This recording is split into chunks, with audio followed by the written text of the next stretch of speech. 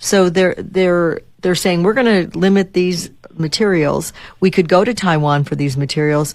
And then they're saying if we continue to support Taiwan, they're saying we own Taiwan, they're ours, and we're going to accelerate this.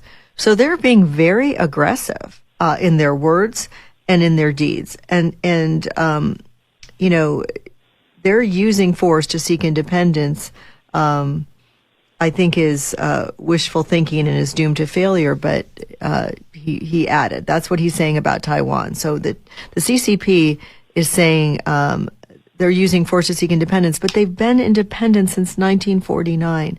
So this isn't new. And so I think China the CCP is trying to stir this up to create a conflict, and they're forcing this conflict. Does it look that way to you? Absolutely, and they're not just forcing the conflict with the United States of America. They have been waging a war on the U.S.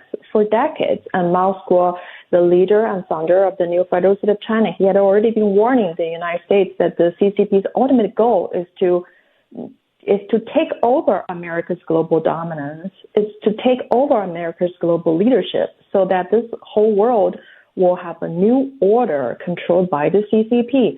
And that's why we shouldn't be just worried about Taiwan's self-defense. We should worry about America's own self-defense. Are we able to root out the CCP's infiltration in this country?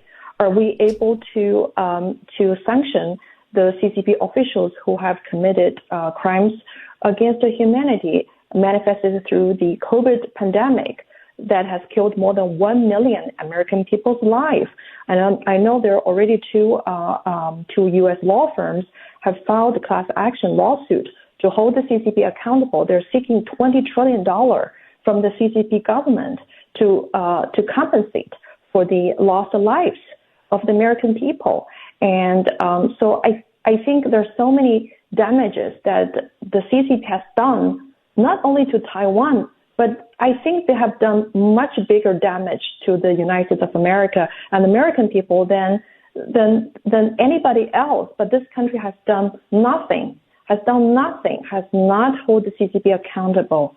And the current administration is continuing to condole and appease the CCP, because we're not seeing very hardline policies against the CCP. We're seeing continuous appeasement.